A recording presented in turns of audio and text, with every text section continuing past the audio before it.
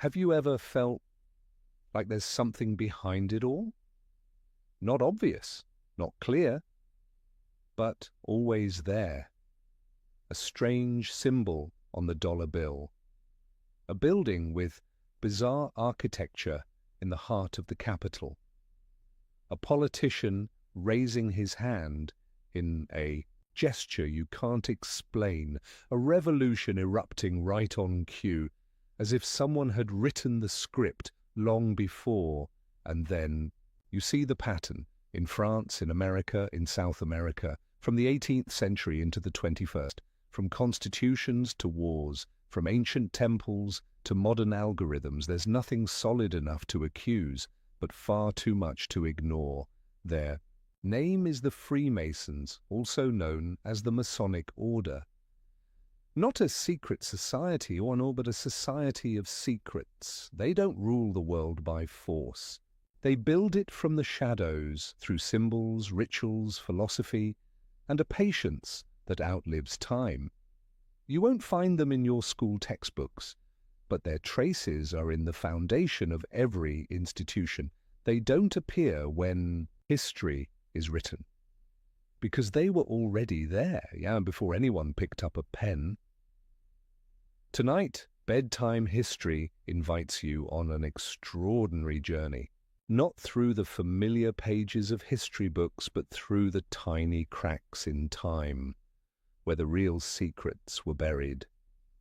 Together, we'll brush the dust off sealed cathedrals, follow encrypted messages deep underground, listen in on silent battles between the Vatican and hidden orders, and take a closer look at world-changing laws written by hands that left no name behind.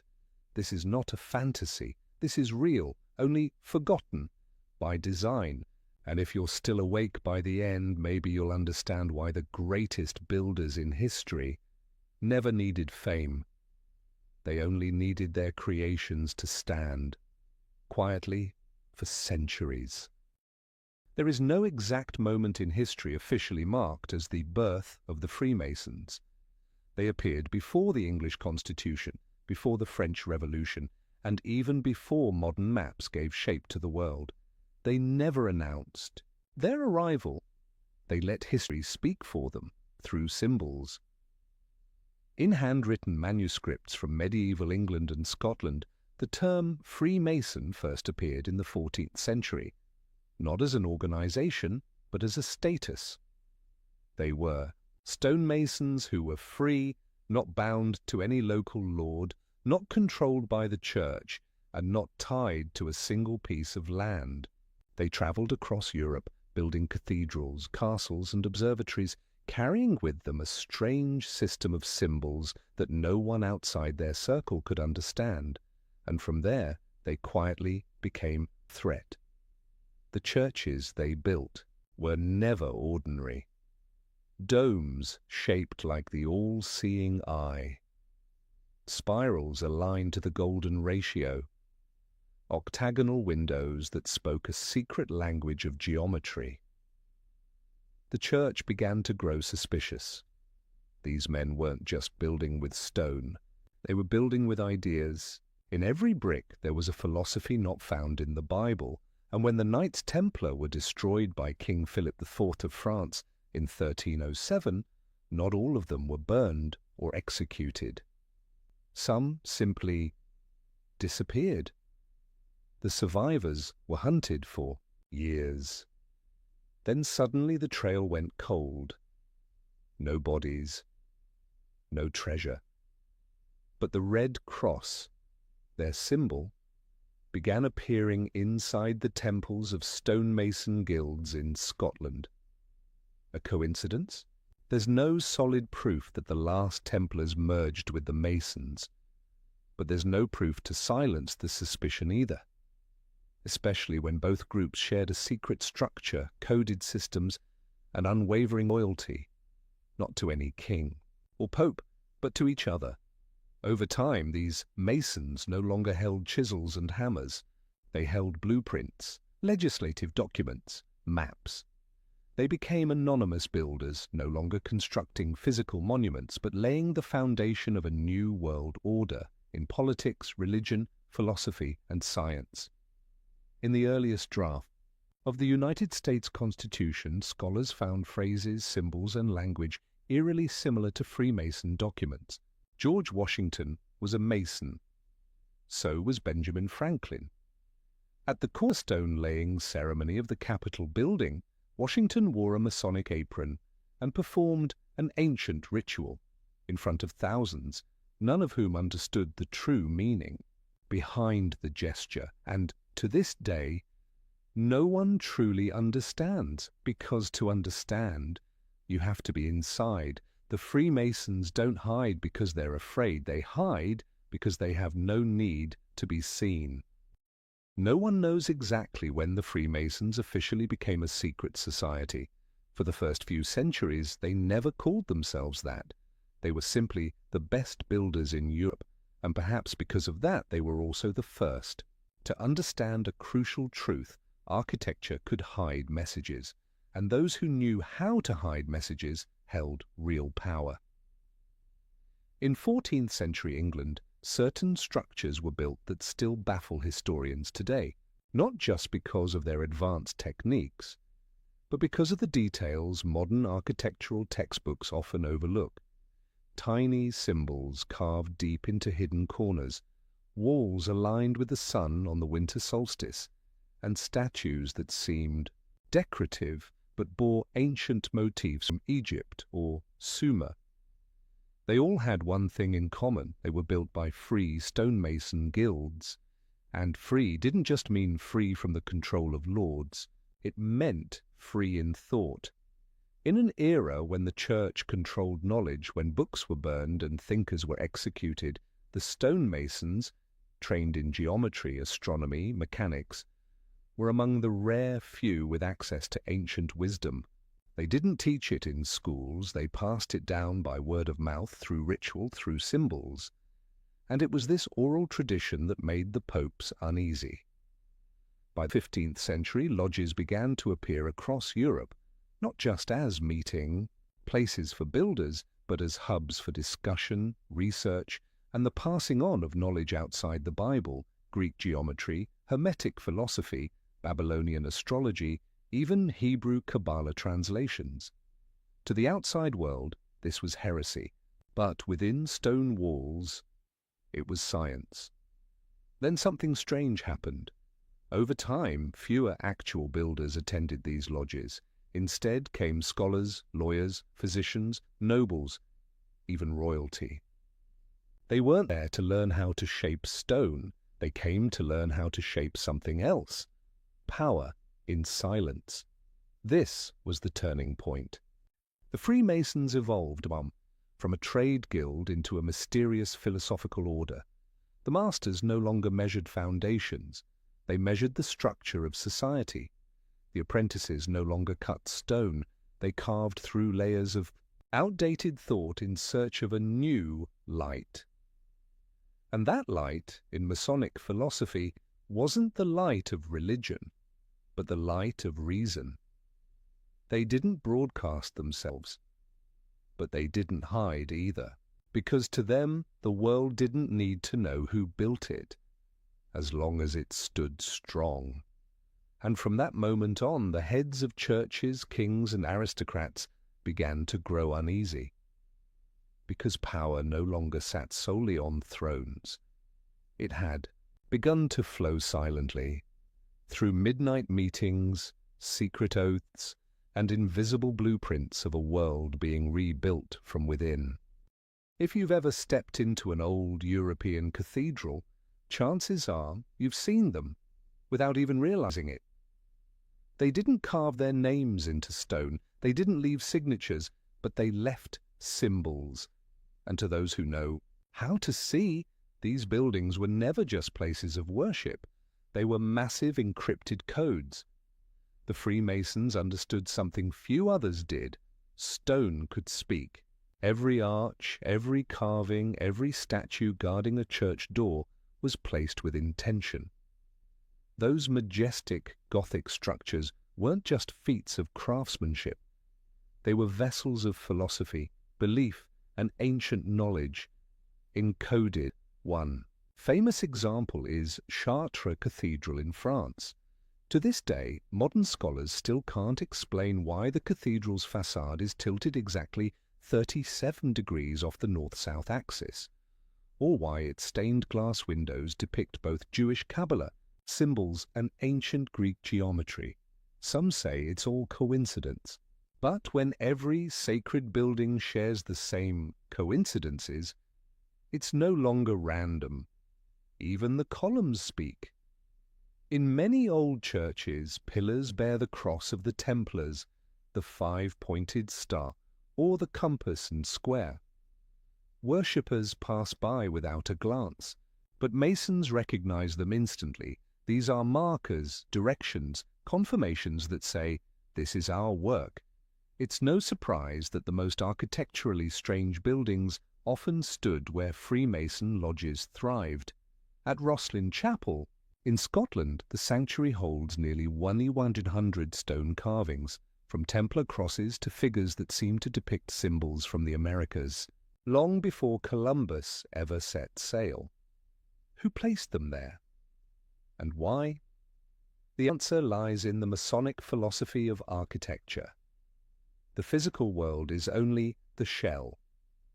The true world lies within, in the shapes, the proportions, the silent arrangements. They believed architecture wasn't just for shelter, it was ritual. To build a church wasn't merely to raise a roof, it was to erect a vertical bridge between heaven and earth. So, to place even one stone incorrectly was an offense. To add unnecessary decoration was to betray the philosophy, and to overlook a symbol was to lose a chance to pass on ancient knowledge to those who could read with a third eye. The Vatican didn't need to fully understand to feel uneasy. In the realm of religious power, anything outside official doctrine was a threat. And when builders started becoming guardians of forgotten wisdom, they were no longer servants of the church. They became rivals. It's no coincidence that after plagues and wars, many Masonic structures were renovated, altered, or torn down. Symbols were chiseled off, hidden doors sealed shut, but stone doesn't go silent easily. Beneath fresh paint, the old marks remain. And for those patient enough, that hidden world can still be read, line by line, layer by layer, in the language of stone that still remembers how to speak. In the grey October morning of 1307, almost every Knight Templar in France was arrested, all at once. Under the direct order of King Philip IV and with the suspicious silence of Pope Clement V, a force once considered untouchable was suddenly accused of heresy, sorcery, and devil worship. Many were tortured to death, others were burned alive in the public squares of Paris, and their last Grand Master, Jacques de Molay, was burned at the stake on the banks of the Seine, cursing both the king and the pope with his final breath, swearing they would both die within the year, and they did. But what's even stranger is this. Not all the knights were captured, and the legendary treasure of the Templars was never found. No gold, no holy relics, no secret manuscripts, no bodies. Then just a few years later, in Scotland, new symbols began appearing in the stonemason guilds. A red cross, a downward-pointing sword, a conical helmet, and, curiously, a name whispered in internal legends. Molay. Mainstream history has long tried to keep two worlds apart. The Knights Templar and the Freemasons. One, a religious military order. The other, a guild of builders. But when you look closely at their structure, rituals, code names, and symbols, the similarities become difficult to ignore. Both had hierarchical ranks, initiation ceremonies, secret oaths, and a belief in a light beyond traditional religion. Both operated like borderless nations, autonomous, secretive, and fiercely loyal to their own. So what if a part of the Templar order wasn't erased, but simply transformed? Some scholars believe that after the Purge, surviving Templars fled across the sea to Scotland, a land not fully under Catholic control. There they didn't just hide, they lived, they worked, and slowly they blended into the stonemason guilds. Not to build homes, but to rebuild a new order. The first traces of this theory appear in ancient Masonic documents from Edinburgh, referencing a Brotherhood of the Temple, with symbols identical to the Templar cross. Lodges in France, Scotland, and Switzerland have long preserved knightly rites nearly identical to Templar ceremonies of old. Then, by the 17th century, a new concept began surfacing within Freemasonry: Templar masonry. No longer just builders. They were knights hidden within the modern world. They wore no armor but carried purpose. They held no swords but still fought, with knowledge, influence, and silent designs. Even more unsettling, the Vatican knew. In several internal church documents from the 18th century, the term Neo-Templarism was listed as a growing threat among Europe's intellectual elite, an invisible force carrying the old ideals of the temple, now cloaked. In the robes of scholars, engineers, lawyers, and nobles, the question is no longer, are the Freemasons connected to the Templars, but rather, if they are, what exactly are they continuing? And more importantly, why has no one been able to stop them? October 13, 1307, a Friday, sent a chill through all of France. Under a secret arrest warrant prepared in silence for months, hundreds of Knights Templar were seized simultaneously in the dead of night. Once known as the Church's armed hand, these men were dragged from monasteries, shackled in iron, and charged with heresy, sorcery, and treason. No warning, no fair trials.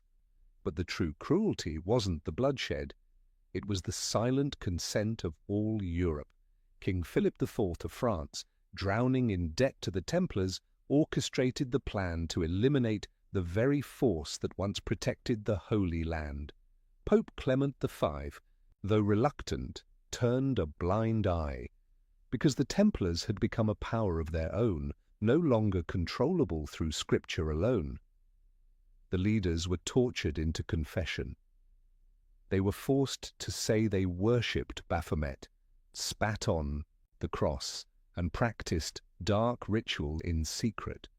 But no proof was ever presented. Most of the confessions were drawn from mouths crushed and bones shattered. Jacques de Molay, the last Grand Master, was burned at the stake in March 1314. Right before the flames took him, he rejected every accusation. And, with his final breath, he declared, "The Pope and the King will answer to God before the year is out." They both died within the year, but something far more terrifying than fire was the disappearance of everything no one could control. Historians estimate thousands of Templars existed across Europe at the time, yet the arrests focused mainly on France and a few surrounding regions. In England, Scotland, Portugal, they vanished. No battles, no resistance. They simply disappeared as if they had never been. And with them went untold treasures, gold, manuscripts, maps, relics. Nothing was recovered, nothing was seized. Then out of that silence, something strange began. In the very regions that once housed the Templars, stonemason guilds began to rise. They welcomed men who once served God, knights without a cross, and those who swore silence unto death. Later Mason records mention strangers from the south, men who didn't build with stone, but understood the symbols and philosophies like few others did. Around this same time, new rituals emerged in Scottish and French Masonic lodges. Vows taken in darkness, a sword resting on the shoulder, and a whispered declaration, "I renounce the cross," but keep the light. That was no longer the vow of a builder. It was the vow of an order once hunted, now reborn with a new mask. The Templar Purge shook Europe, but in doing so it created a historical void, a space for old ideas to survive in new forms.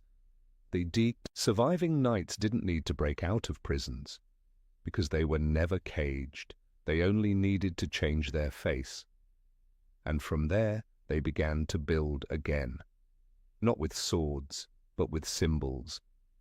They were no longer the Templar order, but they were never ordinary men. They were the ones who weren't burned, because they knew how to live beneath the stone.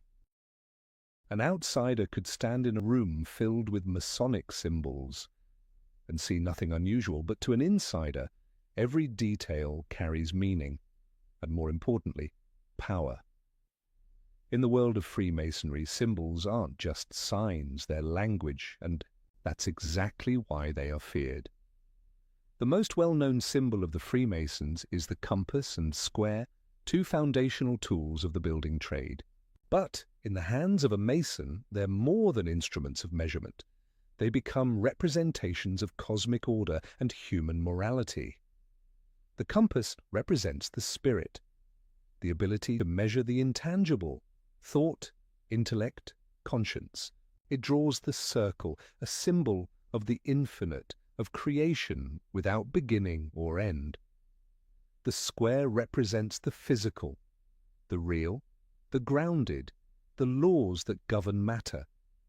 It draws the right angle, a symbol of integrity, balance, and boundary. Between them lies the letter G, often said to stand for God or geometry. But many scholars believe it carries a double meaning, and suggesting that God, in Masonic belief, is not a personal deity but a great architect, a higher force that created the laws of the universe through geometry and mathematics. And it's at this point that Freemasonry diverges from traditional religion. They do not worship God as the Catholic Church defines him. They do not seek salvation through blind faith. They honor knowledge, logical thought, and the inner order of the cosmos. To the Church, this is heresy. Because if God is no longer the sole divine authority, but instead a mathematical principle, then the Church's entire structure of power collapses. But even more threatening is another symbol, the all-seeing eye. This symbol appears in many ancient civilizations. The Egyptians called it the Eye of Horus. In Hinduism, it's the third eye. But when the Freemasons placed it atop a pyramid on the US $1 bill, it became something else, a silent declaration of unseen power. That eye does not blink, it does not sleep. It belongs to no church, no crown, no army. It watches from above, beyond all systems of control, and that is something the Vatican could not tolerate. Because in church doctrine, only God is all-seeing. But the Freemasons claimed that true light comes from knowledge, and that those who learn the language of the universe can see everything. To the popes, this was sacred blasphemy, a form of divine rebellion. It's no coincidence that starting in the 18th century, the Vatican issued decree after decree excommunicating anyone who joined the Freemasons. Members caught were denied confession, denied burial in sacred ground, and declared lost to God's grace. And yet the more the Church banned them, the stronger the Freemasons grew. The forbidden symbols didn't disappear. They were carved into government buildings, printed on currency, hung in courtrooms, even etched into the halls of major universities. Some say these are just historical remnants, but to those who understand, they are markers, a quiet reminder that the builders never left. They are still watching, like the all-seeing eye, silent but never far from the order they helped shape. From the medieval era to the modern age, the Roman Catholic Church did not tolerate the existence of any organization outside its control, because the Church was never just a religion, it was politics, absolute authority, the ideological center of all Europe. And anything that threatened that structure, even silently, was treated as heresy. The Freemasons, though they began simply as a guild of builders, quickly drew the Church's suspicion, not through violence, but through philosophy. They did not challenge the Church with swords or sermons, but with symbols, with ideas, and with a way of understanding the world that required no divine permission. That terrified the Vatican. In 1738, Pope Clement VI issued the papal bull, In Eminenti Apostolatus Specula, declaring that any Catholic who joined the Freemasons would be excommunicated. It was the first time the Church had openly and severely condemned a non-religious organization. What's more striking, the bull offered no specific evidence of wrongdoing, only the claim that this secret society operates in darkness, disturbing religious and civil order. That alone revealed how the Vatican saw them, as an invisible enemy in an unseen war. After Clement III, nearly every pope reaffirmed the ban. From Providas by Benedict XV to Humanum Genus by Leo X, the Freemasons were portrayed as the embodiment of a dangerous philosophy, one rooted in reason, science, and intellectual freedom, all things the Church had fought to contain for centuries. During the Age of Enlightenment, as thinkers like Voltaire, Diderot, and Montesquieu, many of them Freemasons, openly questioned the Church's power. The Vatican faced a disturbing truth. The Freemasons had not only survived the Dark Ages, they were leading the charge to dismantle religious influence from modern thought. Then came the French Revolution in 1789. Its rallying cry, liberty, equality, fraternity, sounded familiar to those who knew Masonic rituals. They were in fact the same three core principles taught during the Masons' first-degree initiation. Coincidence or a declaration? To the Vatican, it confirmed a long-brewing suspicion.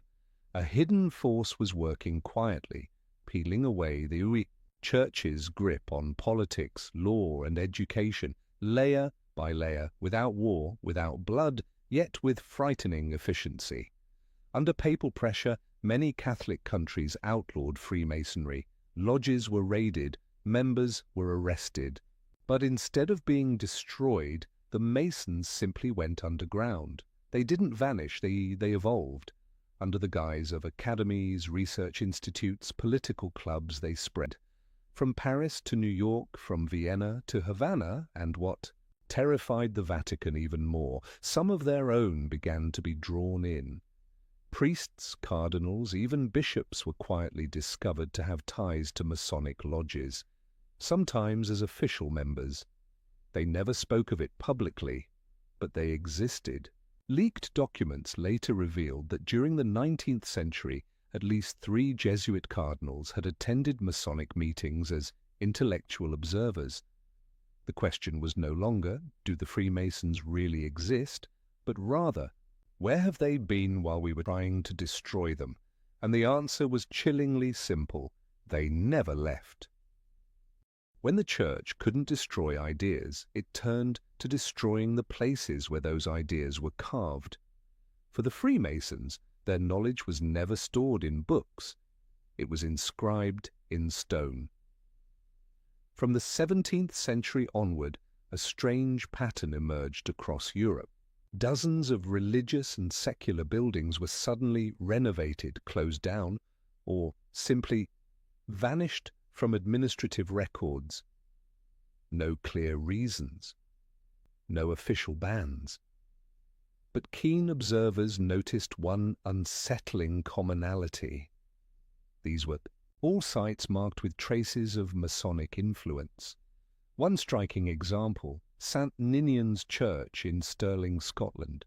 For over 3 centuries, it was revered as one of the oldest missionary centres in the Highlands.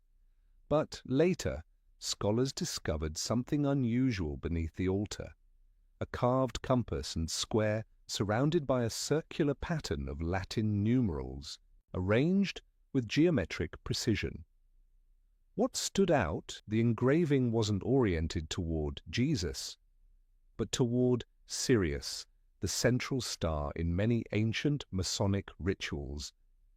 A few years after this detail appeared in an academic paper, Saint-Nignon's was permanently closed for architectural restoration. But the restoration was never completed. The main entrance was sealed, the bell tower dismantled. No one was allowed near the underground chamber again, and no one ever spoke of the carvings again. It wasn't just Scotland. In Spain, the San Juan de la Peña Monastery, once a major pilgrimage site, saw its restoration budget abruptly cut in the 1800s after a strange stone slab was discovered behind the altar. The slab featured the letter G encircled by flames, with the Latin phrase lux ex tenebris, light from the darkness. Historians later identified it as one of the oldest known Masonic mottos. In France, numerous abbeys in the Languedoc region were demolished in the 19th century without war, natural disaster, or visible decay. All of them had one thing in common: they had once been active centres for stoneworker guilds after the fall of the Templars, and all of them bore architectural features, domes, columns, crypts, marked with symbols not found in Christian iconography, but part of a distinct geometric language. These structures weren't just erased physically, they were removed from history itself.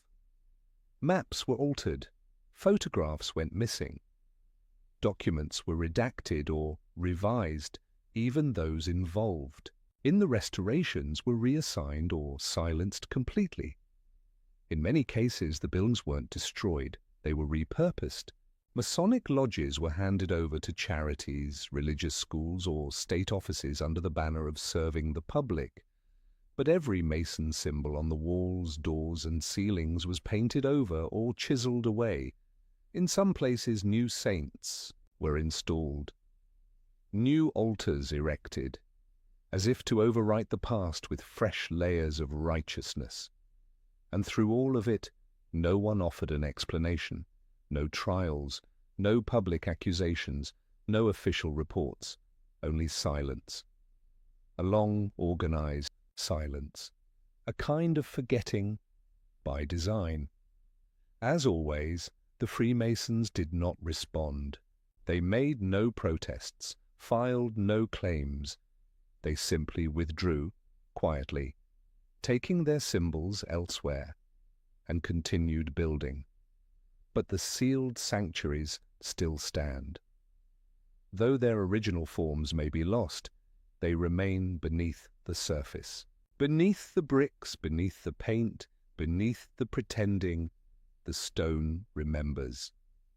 And for those who know how to look, those buildings still whisper the story of the builders without names. Jerusalem, 12th century. While Europe was still shrouded in superstition and religious wars, the Knights Templar, officially sanctioned by the Pope, were carrying out an operation few would have imagined, an excavation beneath one of the oldest sacred sites in the Middle East, the Temple of Solomon. It was here, according to later accounts and whispers in ancient texts, that they discovered a series of ancient scrolls, not ordinary biblical scriptures, but manuscripts written in ancient Hebrew, accompanied by geometric diagrams, mathematical formulas, and cosmic models based on principles entirely foreign to Christian doctrine. These manuscripts were never made public. No originals exist in the Vatican's archives, no copies in any major library. Yet fragments appear in the early internal writings of certain Masonic lodges in Scotland and France, passages said to be translated from the originals found in Jerusalem. What's striking is this: the texts contained no religious doctrine. Instead, they spoke of a geometric order to the universe, of a balance between opposites, and of an inner light that human beings could awaken through knowledge. No prayers, no sacrifices, only understanding. This raised serious questions for scholars. Could it be that the Templars, during their time in Jerusalem, had access to a spiritual legacy older than Judaism itself? Perhaps from Egypt, Babylon, or even Sumer. If so, then Freemasonry may be the vessel that carried those shattered fragments of ancient wisdom forward. In several high-degree Masonic rituals, we find motifs nearly identical to those found on the walls of the Temple of Luxor, or etched into Akkadian clay tablets. Symbols like the double spiral, the 12-segmented diagonal, or the twin triangles, one pointing upward, one downward, appear in both traditions, separated by thousands of years and thousands of miles. Some of the oldest Masonic maps mark Jerusalem not as a holy city, but as the point of origin of the light. Not Rome, not Athens, Jerusalem. The place crusaders bled for, not just to claim land, but to uncover something buried beneath the stone. And if these scrolls did exist, then the Church's determination to destroy the Templars becomes more understandable. Not because of treasure, but because of knowledge. Because if mankind believes that light comes from within, not from the Bible, not from the Pope, then the foundation of the Church begins to crumble at its core. After the Templar purge, the scrolls disappeared from all official records, but they began to live again inside secret lodges disguised as lectures, rituals, and hidden symbols. Students didn't read them. They were passed down through symbols, through ritual sequence, through silence. The Freemasons have never confirmed nor denied the story of the Jerusalem scrolls, but everything they've left behind, in architecture, in philosophy, points to a knowledge system not born in universities, not written in textbooks, and never blessed by the Vatican. A system of knowledge that may very well trace its roots back to the very place where God Himself was crucified. If there is one word repeated more than any other in the rituals and writings of the Freemasons, it is this: light. Not God, not salvation, but light, as an absolute truth, a supreme goal, and a state of being every member must strive to reach. But light in the Masonic world is no mere metaphor. It doesn't simply represent truth. It is the fabric of the universe itself, a current of awareness, thought, and order. While traditional religions claim that light comes from the outside, from God, from Scripture, from divine revelation, Freemasonry proclaims the opposite. Light comes from within. It arises when reason awakens and the darkness of superstition is torn away. A candidate entering the Masonic path begins in darkness, both literally and symbolically. They are blindfolded, guided in silence, faced with questions, challenges, and a vow not to be taken lightly. And then, at the right moment, the blindfold is removed. They see the light, but it is not the light of a deity. It is the light of knowledge, of awareness, of realizing that the world is no longer as obscure as it once seemed. This is where Masonic philosophy directly collides with the ideology of the Vatican, because if man can attain light on his own, without the Church, then the entire system built to mediate between God and believers becomes unnecessary.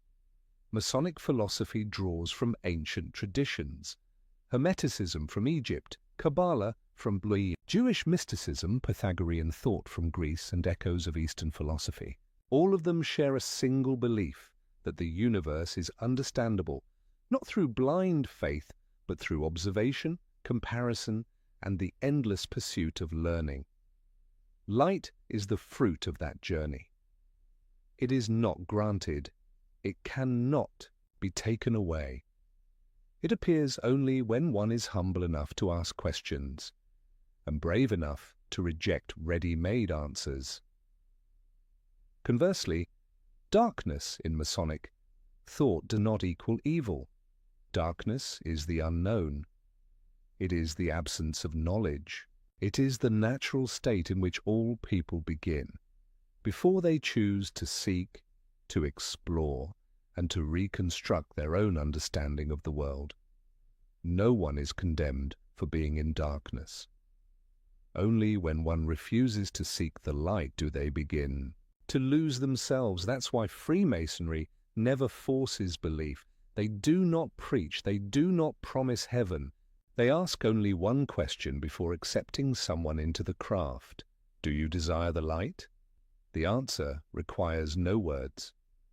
Only one act to enter the darkness and find your way out with your eyes truly open. And for that reason, they need no myths. They need no miracles, only those courageous enough to break through walls of dogma and stare directly into the nature of existence. In the 17th century, as ships crossed the Atlantic carrying waves of European migrants to the New World, people often spoke of religion, poverty, and dreams of land. But something else boarded those ships, something not packed in trunks, not listed on any manifest and never inspected by customs. It was an idea. The Freemasons never issued a formal declaration of migration, but their members, builders, scholars, nobles, engineers, and dissenting intellectuals, were among the first to set foot on American soil. They carried not only technical knowledge, but a philosophy of light, a belief in personal enlightenment, and a conviction in the geometric order of society. Most importantly, they brought symbols. As early as the first decades of the British colonies, Masonic lodges began to appear in Boston, Philadelphia, and Charleston. Quietly, without fanfare, but they were well organized, resilient, and growing. Not just meeting places, but centers for shaping ideology. By the 18th century, as tensions rose against British rule, those lodges became gathering spaces for a new generation of American thinkers. George Washington, Benjamin Franklin, Paul Revere, John Hancock, all Freemasons. They did not organize to start a war. They organized to redesign order. When the Declaration of Independence was drafted, few noticed that its structure reflected distinctly Masonic principles: personal liberty, reason as a foundation, and the belief that people, not kings or churches, are the ultimate authors of history. But the Masonic imprint on America wasn't only written, it was carved into stone, into architecture, into symbols. The capital, Washington, D.C., was planned by Pierre Charles L'Enfant, a French-born Mason. Its streets were laid out with deliberate geometry, converging lines, perfect angles, equilateral triangles, axial symmetry. The positioning of the Capitol, the White House, and the Washington Monument follows ancient principles no ordinary city of the time would dare apply. At the cornerstone-laying ceremony of the Capitol, George Washington, in the newly elected first president, wore a Masonic apron, a triangular hat, and performed the ritual as prescribed by the lodge. No one objected, no one questioned it, because by then Freemasonry was no longer a secret society. It was the invisible glue of a nation building itself from the ground up. Even the US $1 bill, so common it's often overlooked, is a compact Masonic manifesto. The reverse of the Great Seal features an unfinished pyramid capped by the all-seeing eye. Below it, Novus Ordo Seclorum, a new order of the ages. Not the King's order, not the Pope's order, but one designed by awakened minds. No one has officially claimed the Freemasons built America, but America, from its foundations to its ideas, bears their fingerprints through armies, not through sermons, but by embedding geometric principles, philosophical truths, and powerful symbols into every cornerstone, every constitution, every column of stone. And as always, they never asked for credit. They simply stepped back, building, then fading into the background, because for them, true legacy isn't found in fame. It lies in a world that still stands, on a blueprint almost no one ever saw. In the summer of 1787, inside a modest building on Chestnut Street in Philadelphia, 55 delegates from 13 states gathered in secret for months to draft the first Constitution of the United States. Windows were sealed shut, curtains drawn tight. Passers-by heard nothing, and no outsiders were allowed in. History calls it the Constitutional Convention. But to the observant, it was something more, a founding ritual orchestrated by unseen hands.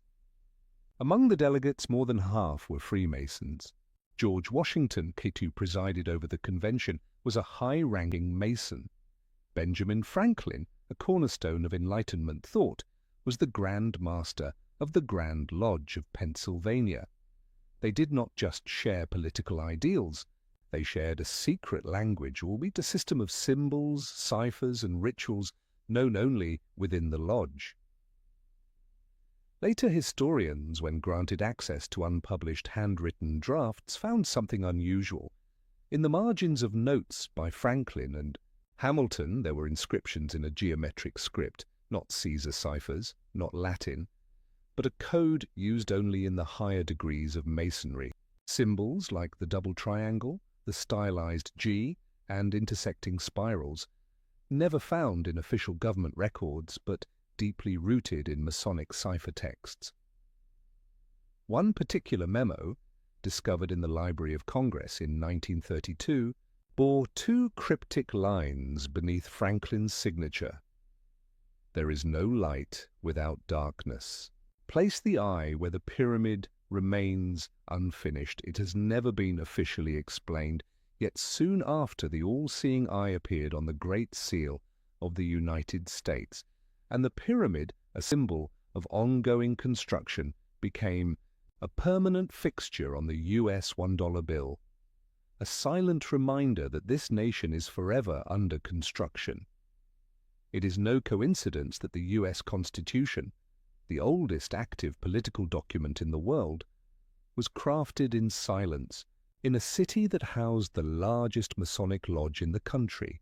It is no accident that the ideas of order, balance of powers, and separation of branches mirror the Masonic principle of equilibrium among opposing forces in sacred geometry. Outside the official convention, Masonic members held a private ceremony, a symbolic cornerstone laying never recorded in formal proceedings.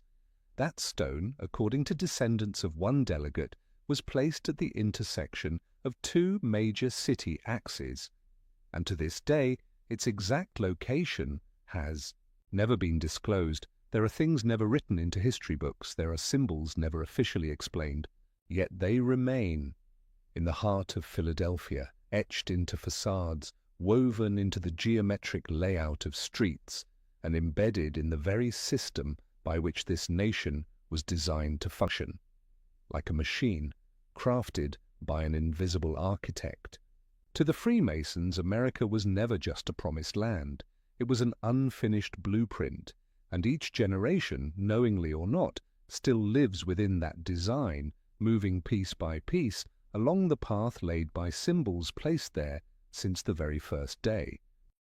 The Freemasons have long claimed they are not a political organization. They don't run nations, they don't plot violence, and much of the modern world believes that, or pretends to. But if that were entirely true, why have so many people died simply for trying to understand them? In 1826, a man named William Morgan in New York State announced plans to publish the first book detailing the inner rituals of the Freemasons in America. He wasn't an outsider. He was a former member, expelled from the lodge for dishonorable conduct.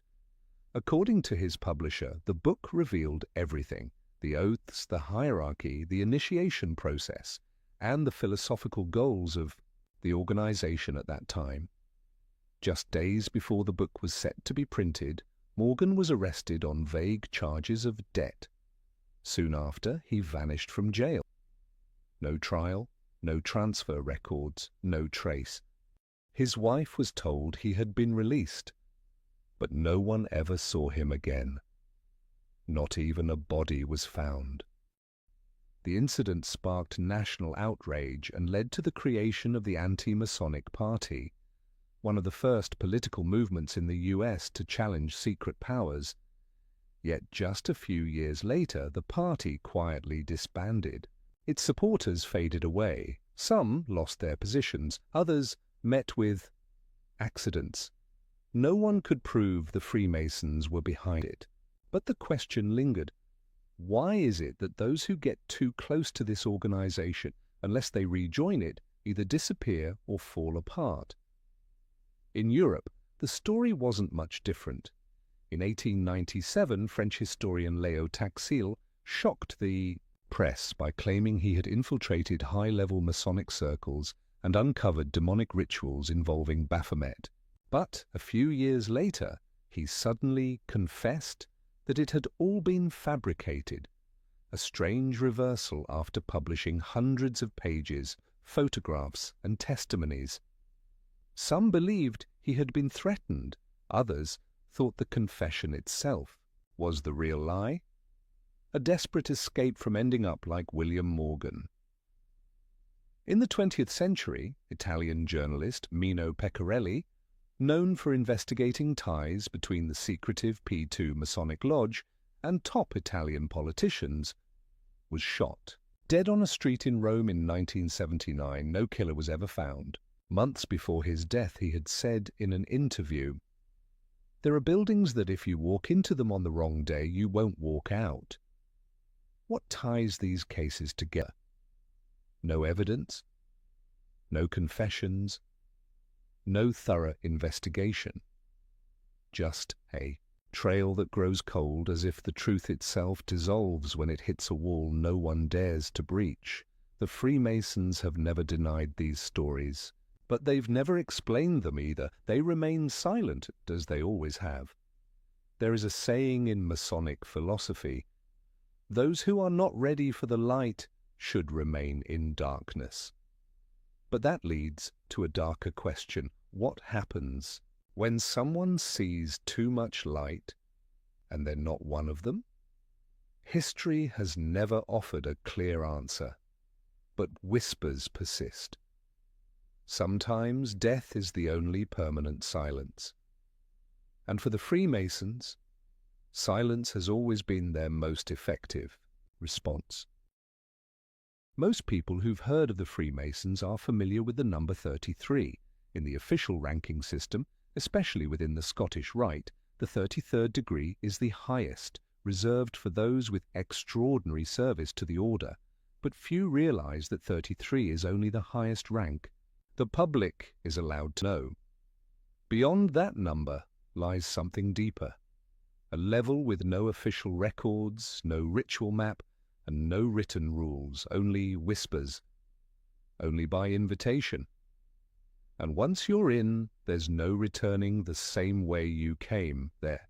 Known as the Shadow Council, a group of individuals with no formal titles, absent from any Grand Lodge, yet holding immense influence over the direction and philosophy of the entire fraternity.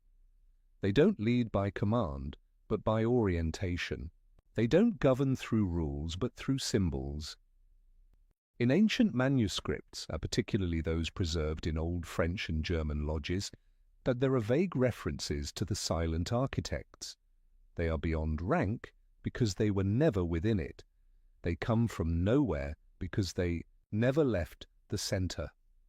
Some internal Mason legends describe that after the 33rd degree, one may, if chosen, enter an entirely different circle of ritual, one without light, without public symbols, stripped of pageantry, only raw intellect, minimal rites, and a vow that must never be written. In this final ceremony, the initiate stands before a bare table. No emblems, no candles, no saints. Just one question is asked. Are you willing to abandon the light to truly understand the darkness? It's not a metaphor. It's a threshold.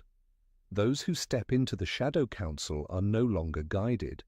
They become the ones shaping thought, not just within Masonry, but across institutions beyond. They rarely appear as Freemasons. They are politicians, scholars, professors, global fund directors, or simply names no one knows. But when decisions must be made, they're in the room. There's no official list of members. No one confirms their existence.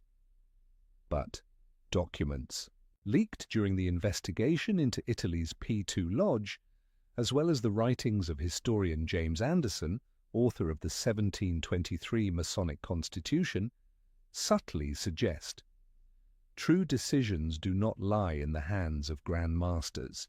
And if you ask who truly runs Freemasonry worldwide, the most honest answer is no one knows, but precisely for that reason, many suspect that someone or some group does.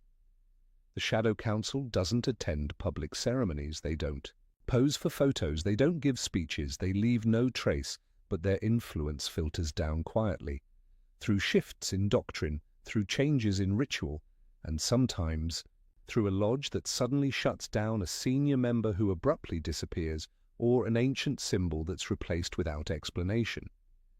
In Masonic philosophy, light is the beginning, but once you've seen all the light there is, what remains is darkness. A place with no illusions, no symbols, no limits, only the raw truth. And the ultimate question: are you ready to face it? When an empire feels its throne beginning to shake, it doesn't wait for collapse to act. The Vatican, more than anyone, understands this truth. For over 2 centuries, the Catholic Church had issued papal bulls excommunicating Freemasonry, yet the Brotherhood didn't wither. It spread. Like an invisible spiritual network, what once began as a guild of stonemasons now had roots in politics, law, academia, and, most alarmingly, within the deepest layers of the Holy See itself. From the 18th to the 20th century, internal reports began to reveal a disturbing trend. Cardinals, priests, even bishops were suspected of being Freemasons, or at least influenced by Masonic philosophy. They didn't renounce the faith, they didn't come forward, but they asked questions. They spoke of reason, of intellectual freedom, of light coming from within. And to the Vatican, that was enough to mark them as enemies. The counter-strike didn't come with fire or fury. The Church didn't burn lodges, it didn't send inquisitors. Instead, it deployed a much more precise weapon: the Jesuits, the Society of Jesus, scholars, strategists, missionaries, and some of the Church's most formidable minds in philosophy and psychology. The Jesuits didn't attack the surface. They went for the core, Masonic philosophy. In seminaries and theological academies, they launched systematic education to dismantle Masonic ideas at the root.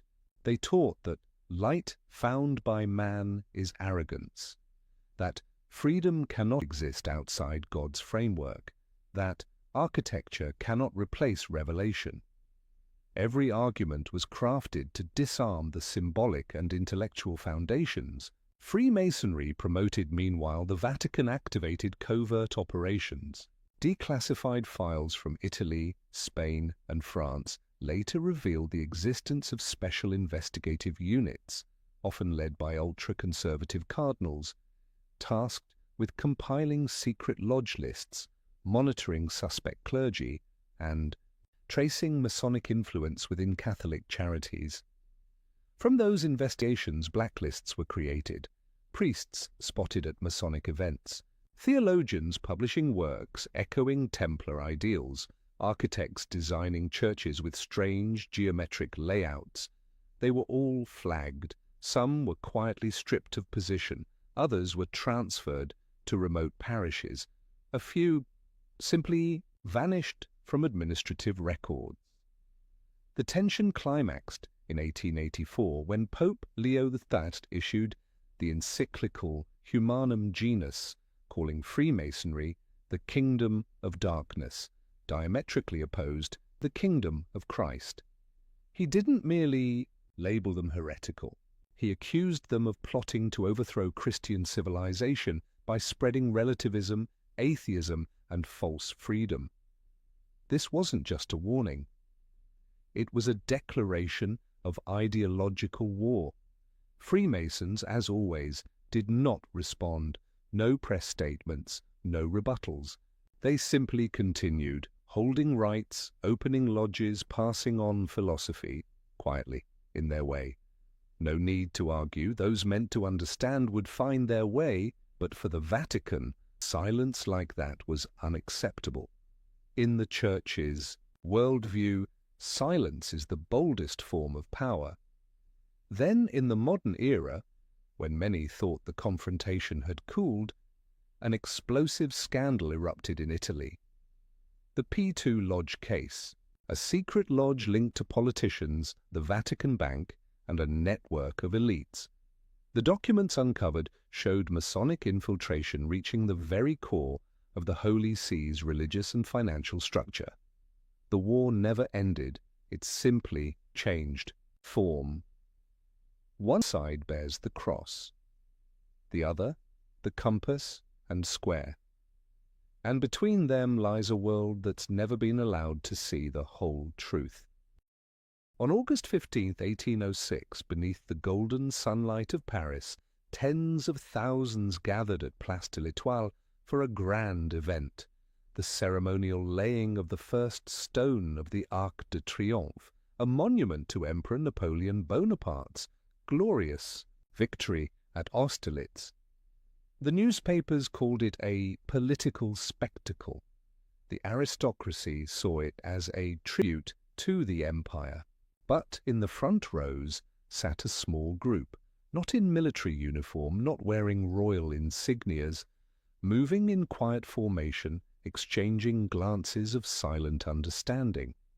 They hadn't come to celebrate conquest. They had come for the ritual. Beneath the surface of this national ceremony, a purely Masonic rite took place.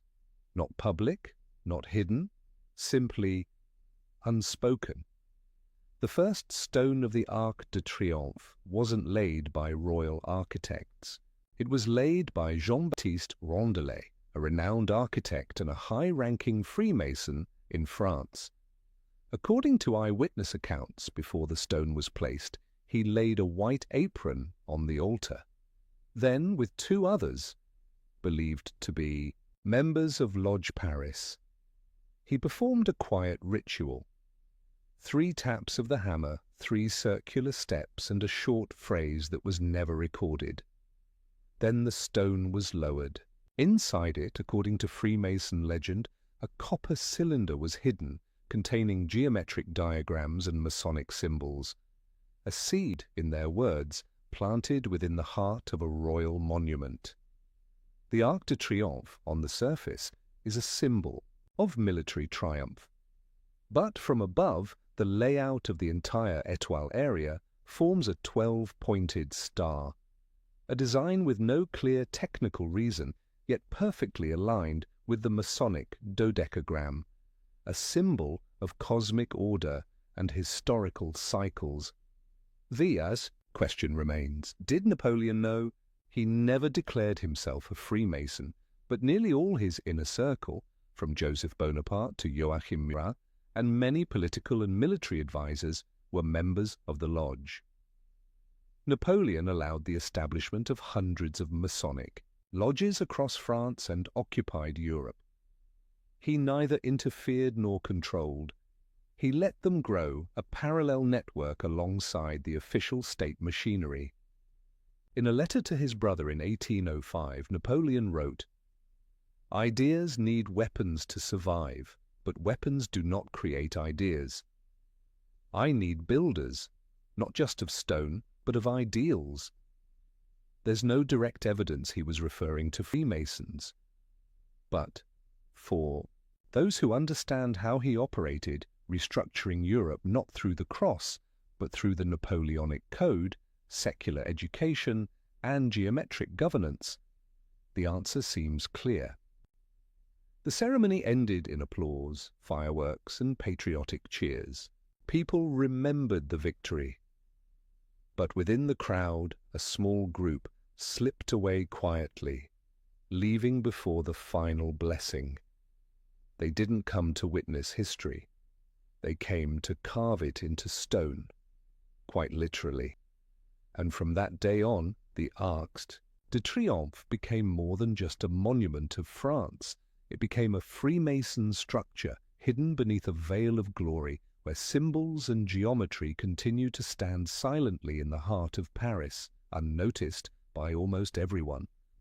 If you've ever wandered through a major city, Paris, London, or New York, and passed by an old-style building with a silent stone facade, no signs, no lights, and sometimes no windows at all, you've just walked past a living mystery. Locals rarely pay attention. Some call it a technical facility, a storage building, or some kind of government office. But no one really knows what it's for. No one sees anyone go in or out. No sounds, no emergency exits. And strangest of all, they're never torn down even when the entire neighborhood is being redeveloped. To those who study symbolism and underground architecture, these are known as Freemason anchor points, structures that don't exist to be used, but to hold the rhythm of a system. One of the most well-known examples is 23 Rue de la Tombe Issoire in Paris. Its granite black facade has no windows, just a single wooden door, with no handle. Residents nearby have said, "We've never seen anyone enter or leave." City records list the building as non-residential, yet it isn't taxed, and it's never listed for sale. Satellite imaging by geometry researchers reveals the building stands exactly at the intersection of 3 ancient lodges in Paris, like a point of origin. Some theories claim it holds nothing inside, because it is the symbol, a signal stone quietly embedded within the heart of the modern city. In London, on Great Queen Street near the Grand Lodge of England, there's a 3-story building, with smooth walls, no windows, just a narrow slot on the ground floor, no sign, no bell, no camera. But once a year, on June 24th, the feast of St. John the Baptist, the patron saint of Freemasonry, its door opens for only a few minutes. No one is allowed in. Those who enter wear plain white shirts, carry nothing, and say nothing. In New York, near the financial district, stands a limestone tower labeled 33 Thomas Street. It was once known as an AT&T switching center, but in Cold War transmission maps it carried the code name Titan Point, the starting point of a global surveillance network. Investigative journalists believe it served as a hub for encrypted transmissions, not just for the government, but also tied to high-ranking lodges across the United States. But the deeper question is, why no windows? In Masonic architecture, windows symbolize light, the kind of knowledge meant to be shared, but some structures aren't meant for sharing. They don't bring light outward because they contain things meant only for those who are ready to leave the light and understand the dark. It's not just architecture, it's philosophy. Someone once said, when a Masonic building has no windows, it means it doesn't look out into the world. It means the world isn't meant to look in. Some believe these buildings store archives, artifacts, or secret maps, but the truth is, many of them contain absolutely nothing. They're designed to exist, not to function. Like silent notes in the city's grand symphony, they hold the rhythm of what no one sees. And one day, if every lodge is watched, if every ritual is monitored, if Freemasonry is forced into the light, it will be these windowless buildings they return to, because in those places nothing is seen and nothing needs to be. In ordinary organizations, people use their real names to assert who they are. But within Freemasonry, anonymity isn't avoidance. It's a ritual. The deeper one goes into the system, the less their name matters. At lower levels of the lodge, members still use their real names, their professions, and their hometowns. But from the 18th degree onward, and especially in higher circles, members receive ritual names. These aren't casual nicknames, they are part of a transformation of the self. These names are often taken from ancient architects, forgotten kings, or symbols in dead languages. A person might be known as Adoniram, Hiram Abiff, or simply D72. These names carry no literal meaning. Their purpose is to detach the individual from their old identity, from their social role, and turn them into a pure instrument for the lodge's purpose. In restored documents from old lodges in Germany and Scotland, one line reads, "A real name is a doorway, but a secret name is a hallway. And once you walk down the hallway, you must not turn back." This isn't just symbolic, it's a real system. Many high-ranking Freemasons, when attending international lodges or secret communications, use only code names, symbols, and spoken passwords. No invitations, no member lists. Everything is stored in the memories of those authorized to remember. It's not just about avoiding surveillance, it's about protecting the principle that true power should never attach itself to an individual. In Freemasonry, who someone is matters less than what idea is being carried. A person may die, but if their name is passed on to another, the intellectual shadow remains alive. In the 19th century, when the Vatican and European governments began closely monitoring the lodges, many members began wearing masks during rituals. At first, it seemed theatrical, but the purpose was deeper. Even fellow members weren't supposed to know exactly who sat beside them. In that space there were no officials, no nobles, no clergy. Only nameless architects. Records from lodges in Italy describe rare meetings called three-mask rituals, where three individuals shared one ritual name, spoke one shared philosophy, and blurred the lines between person and idea.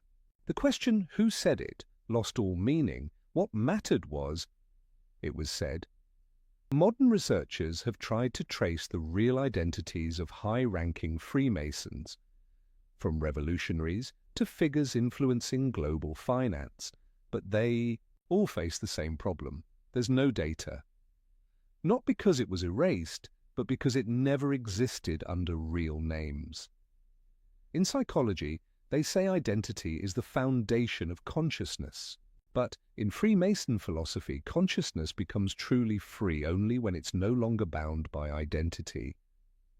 So when you look back at history and you find anonymous gaps, unsigned decisions, architectural plans with no architect, know this.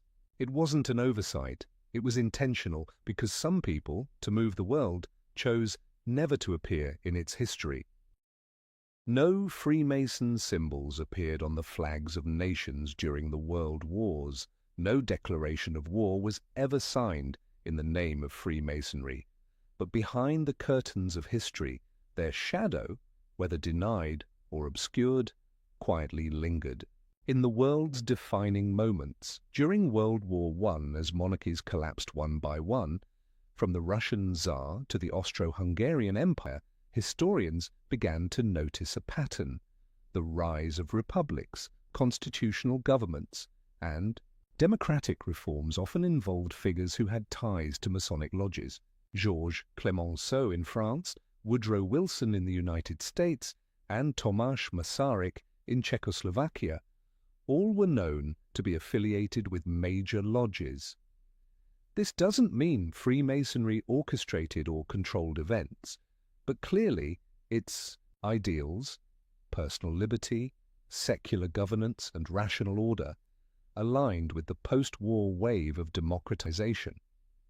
As divine right monarchies crumbled, the world searched for a new value system, and the Masonic philosophy, quietly rooted in the 18th century, became the replacement. But by the time of World War II, Freemasonry was no longer a vague or abstract presence. It had become an official enemy. In Nazi Germany, as early as 1933, Hitler issued decrees banning all Masonic activity. Thousands of lodges were shut down, their books burned, members arrested. Many were sent to concentration camps, marked with a special red triangle bearing the word Freimaurer, Freemason. In fascist Italy, Mussolini also cracked down on the Brotherhood.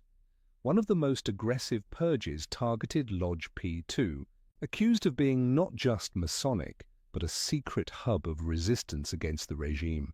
Members were hunted. Rituals were confiscated. Records were censored. In Francoist Spain, Freemasons were labeled the invisible enemy. Franco believed they had fueled the revolutions. Dozens of lodges were outlawed, and many members were exiled or executed without trial. The question is, why did authoritarian regimes fear Freemasonry so deeply? Perhaps because Freemasons didn't carry weapons, they carried ideas, and in every totalitarian system, ideas pose a greater threat than arms. And yet what few noticed was this. After every war, when the dust settled, when constitutions were rebuilt, when freedom had to be redefined, the Freemasons returned, not publicly, not at the front of the stage, but quietly present. After World War II, lodges were re-established across France, the Netherlands, Belgium, and Czechoslovakia, often by just a few survivors who came back. They didn't reclaim property. They didn't seek power. They simply began again, with a small room, a candle, a worn book, and rituals once labeled dangerous. Some former prisoners from Dachau and Buchenwald later recalled holding secret Masonic rites inside the camps, using floor tiles as makeshift altars, hiding a torn Bible in the sole of a shoe.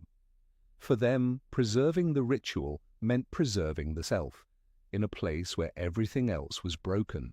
Today, many still debate. What role did Freemasons really play in the world wars? Were they champions of democracy or merely accidental victims? There are no official records, no declarations. But one truth remains. Wherever freedom is restored, the lodges light up once more. They do not need to win, they only need to endure. When the final gunshots of the World War faded into silence, the world was no longer the same. Empires had fallen, borders were redrawn, ideologies clashed. Yet in the haze of destruction, a certain force, dressed in no uniform, absent from every battlefield map, quietly went to work. They didn't rebuild the world with power. They rebuilt it with ideas. The Freemasons, in silence, began shaping a new order. No proclamations, no banners, no one elected them, yet many of those elected were among them. Let's start with the United States. George Washington, the first president, was an openly declared Freemason. He never hid it. In fact, he laid the cornerstone of the U.S. Capitol in full Masonic ritual, wearing the apron, striking the stone 3 times, offering prayers, and presenting the square as a symbol of justice. Many other founding fathers were lodge members too: Benjamin Franklin, John Hancock, Paul Revere.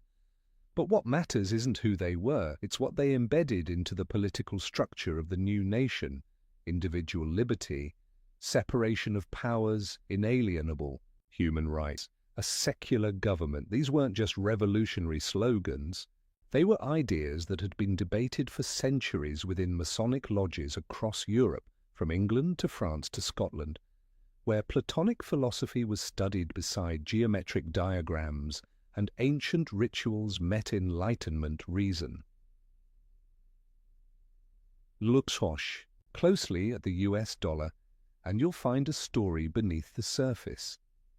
The unfinished pyramid, the all-seeing eye, and the Latin phrase Novus Ordo Seclorum, a new order of the ages.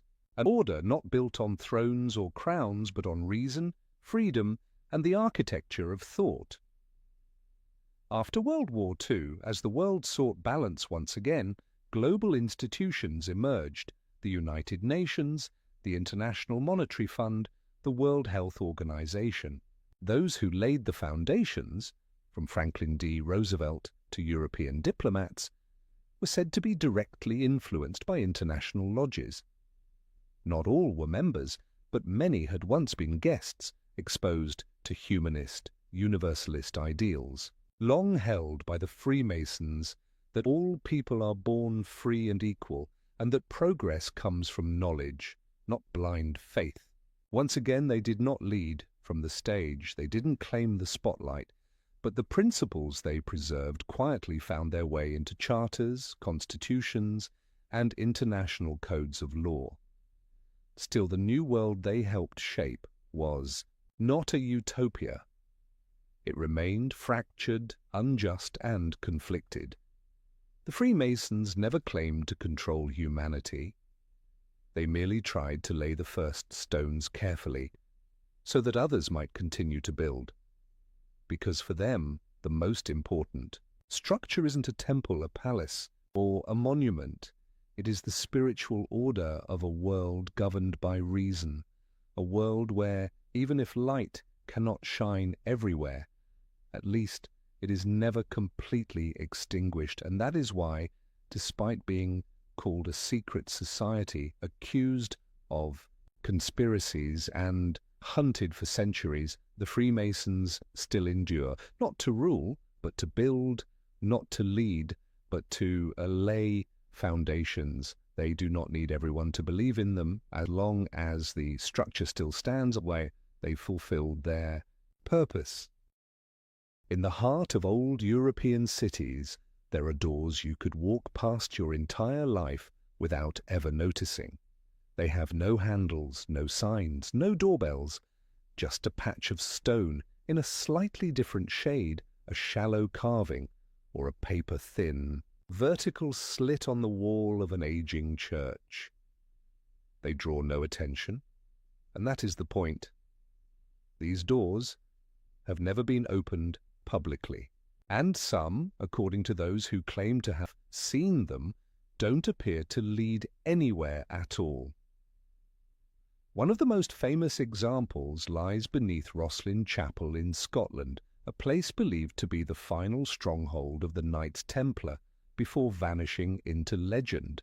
Behind the altar is a slab of greenish stone, seamless, without hinges.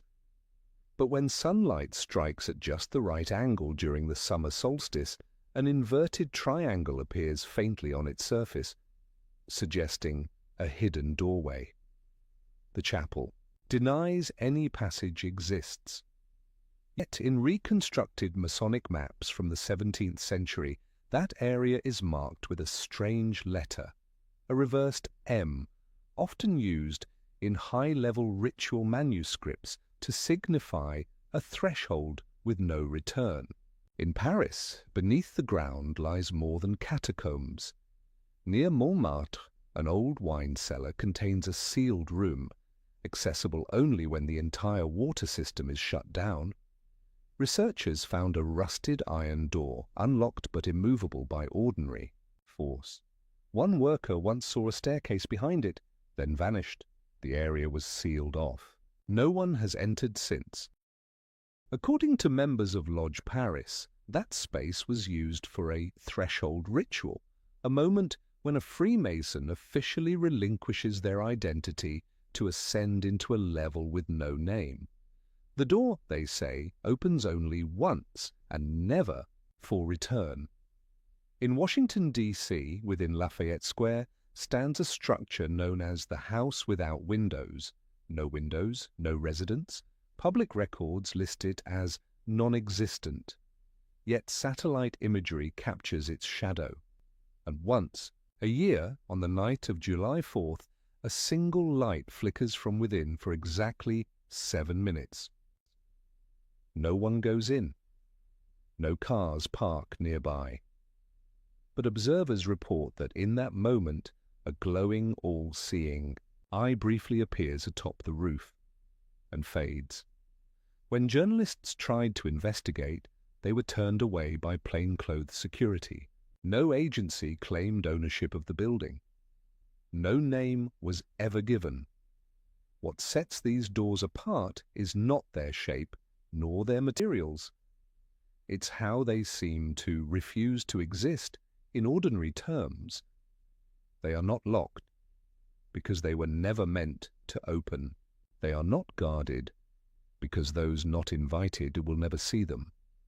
Some believe these are ancient lodge transfer stations, places where manuscripts, symbols, or perhaps only empty space was preserved to remind the initiated of something deeper. That another order exists, quietly watching. Masonic legends call them silent recesses, spaces where no light reaches, no voice echoes, and all symbols are stripped away.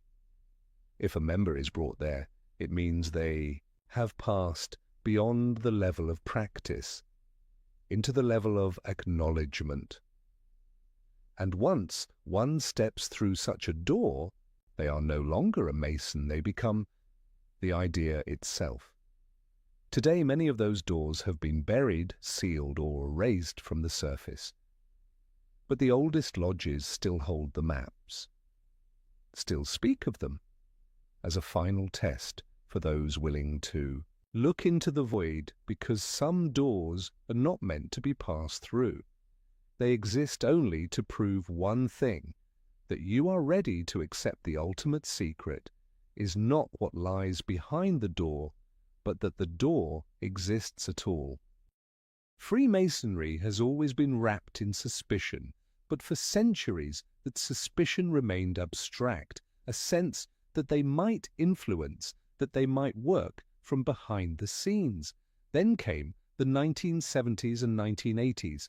Suspicion gave way to proof. Its name was Propaganda Due, or simply P2, a lodge once officially recognized by the Grand Orient of Italy. But what happened next forced Freemasons around the world to cut all ties. P2 began as a high-degree lodge, re-established after World War II. But under the control of Licio Gelli, a businessman, intelligence operative, organizer, and master, manipulator, P2 slowly transformed into a shadow state within Italy itself. Gelli didn't seek the spotlight. He rarely spoke, rarely appeared in public. Yet over the years, he recruited more than 900 powerful figures into P2, including generals, politicians, secret service heads, bankers, media tycoons, and even priests. The list of P2 members was discovered in 1981 during a criminal investigation into the collapse of Banco Ambrosiano.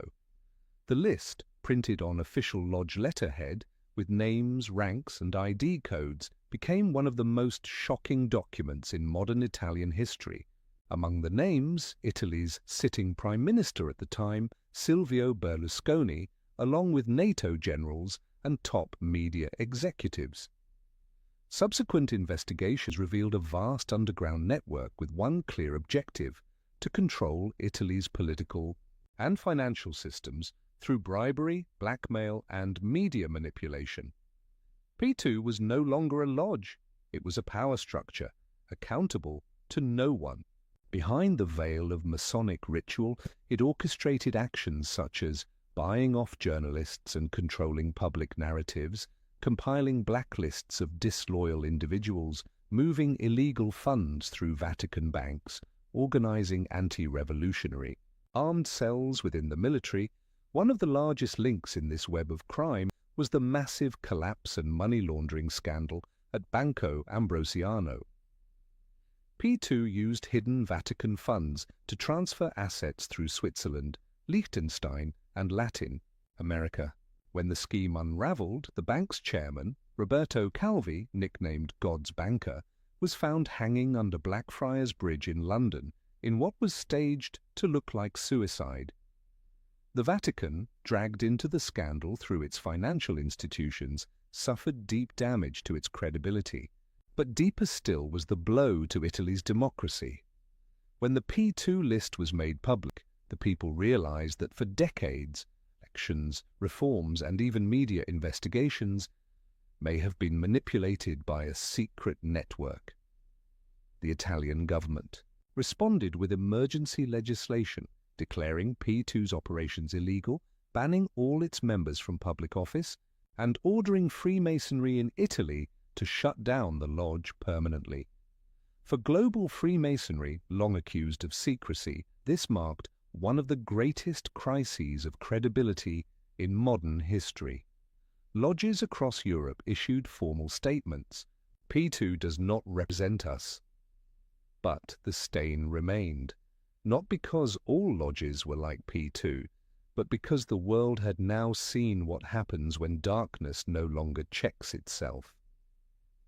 To many scholars, P2 was not just a scandal, it was a warning that any system, no matter how idealistic at its origin, can be warped by ambition. When ritual loses its sacredness, when knowledge becomes a tool of control, when symbols are used to hide personal gain, then it is no longer Freemasonry, it is simply power, wearing the mask of philosophy. And when a lodge like P2 collapses, it doesn't just tarnish the name of the Brotherhood, it can take an entire nation down with it.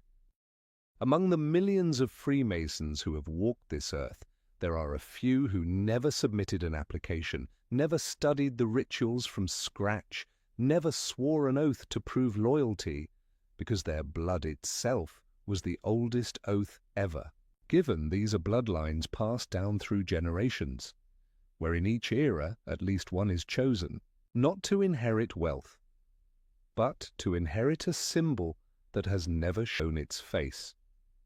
There is no official record that acknowledges this. Lodges publicly declare, all are equal in the light. But within the most private gatherings, in degrees, most Masons never reach, there exists a special circle of members known by an ancient name, keepers of the first light. According to internal legend, they are direct descendants of the first architects, not builders in the physical sense, but thinkers, theologians, and mathematicians from ancient Egypt, Babylon, and Jerusalem. These families do not boast. They do not always hold high office. They do not wear emblems or sit at the center chair. Yet in every ancient lodge there is always one, the quiet one, both witness and living memory. One of the most mentioned families in Masonic lore is the St. Clair line of Scotland, patrons of Rosslyn Chapel, where Templar marks and Masonic symbols remain undeciphered to this day. For over 600 years, someone from this lineage has served as a spiritual guardian of the local lodge. Another is the Colonna family of Italy, once intertwined with the Vatican and Renaissance scholars. Though stripped of political power, over the centuries they quietly preserved hundreds of secret manuscripts, underground libraries, and carved stone symbols dating back to the Templars. Some records even suggest they helped hide sacred relics from invading French forces during the Vatican's darkest hours. In France, families like the d'Aguilar, Jewish nobility who converted during the Inquisition, are still whispered about as key holders to the ancient southern lodges. Though their descendants no longer live in castles, they preserve liber architecturae, books of ritual variations only read during blood moon ceremonies. And the question is, why do these bloodlines persist? Perhaps because true architecture isn't made of brick and stone. It's made of symbols, memory, and duty. A lodge can be shut down, A document can be burned, but when a child of the St. Clair line hears the story passed from a grandfather's lips and is taken to an old stone vault to touch the symbol-marked rock O33, an invisible thread continues to weave. In a letter recovered from the Alexandria Library in the 19th century, one line written in ancient Greek reads, "Not all lamps need oil to burn. Some only need a keeper." For these families, living on isn't about riches, fame, or survival. It's about making sure someone always remembers before the world forgets.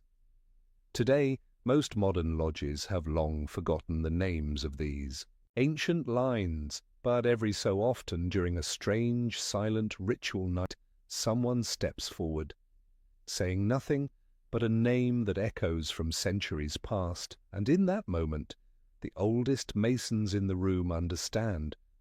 The light never dies, because the blood still flows, no noise, no need for glory, just the promise that it will never end. Since Pope Clement IV issued the In Eminenti decree in 1738, the Catholic Church has condemned Freemasonry as a dangerous heresy, a shadowy order defying divine authority. Over a dozen more papal decrees followed, each repeating the same warning: anyone who joins shall be excommunicated. And yet, a strange paradox has echoed through Vatican history. The more harshly the Church condemned Freemasonry, the more clearly its traces seem to appear within the Holy See itself. Let's begin with a quiet but curious event. In 1976, an Italian journalist, Carmine Pecorelli, well connected to both Vatican insiders and intelligence circles, published a list of 121 individuals suspected of being Freemasons within the Vatican. The list carried the code P2, believed to be a copy from internal records of the now infamous Lodge Propaganda Due. On that list were at least 5 cardinals, 12 bishops, and even the prefect of the Congregation for the Doctrine of the Faith, the office responsible for guarding Catholic orthodoxy worldwide. The first question emerged: if the list was fake, why was Pecorelli assassinated just 2 years later? The Vatican never confirmed or denied it, but in that same year, an internal investigation is rumored to have taken place, the results of which were never released.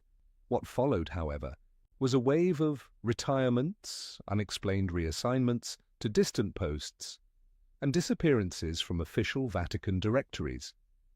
Among Catholic historians, there's a whispered legend that a Masonic ritual once occurred in a hidden chapel beneath St. Peter's Basilica, with at least one cardinal present.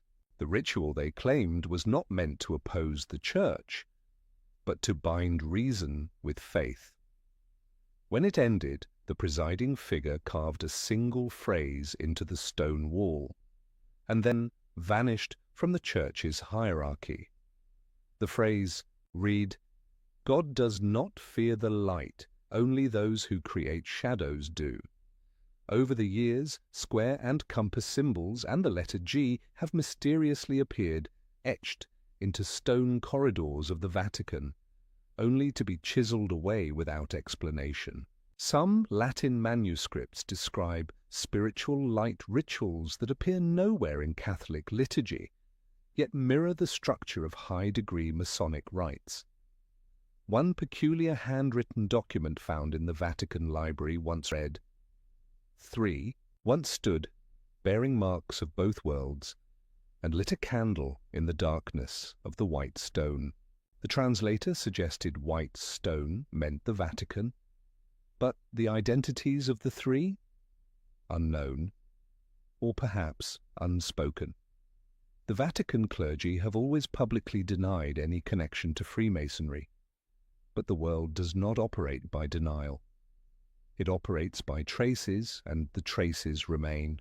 Cardinal once spoke of a sacred architecture within the soul, and was removed from his post overnight.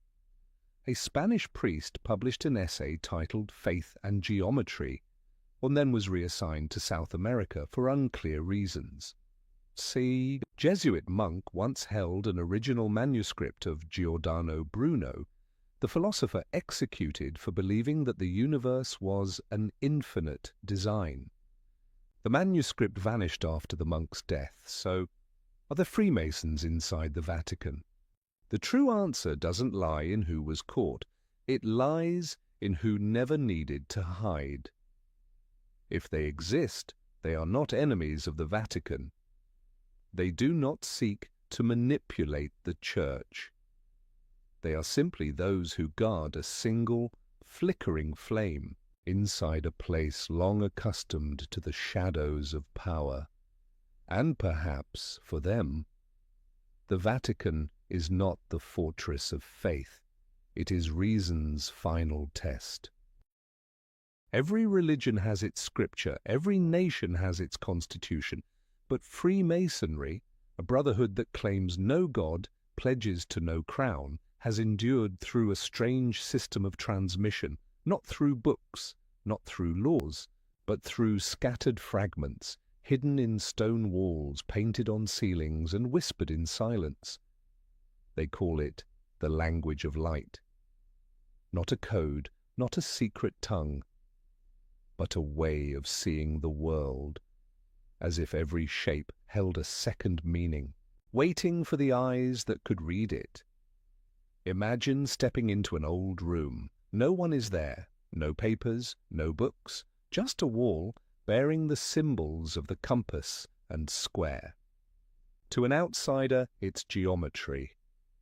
To a higher initiate, it's the axis of spatial dominion.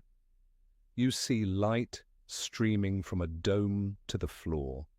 They see the triple path of spiritual division. You hear 3 knocks at a door.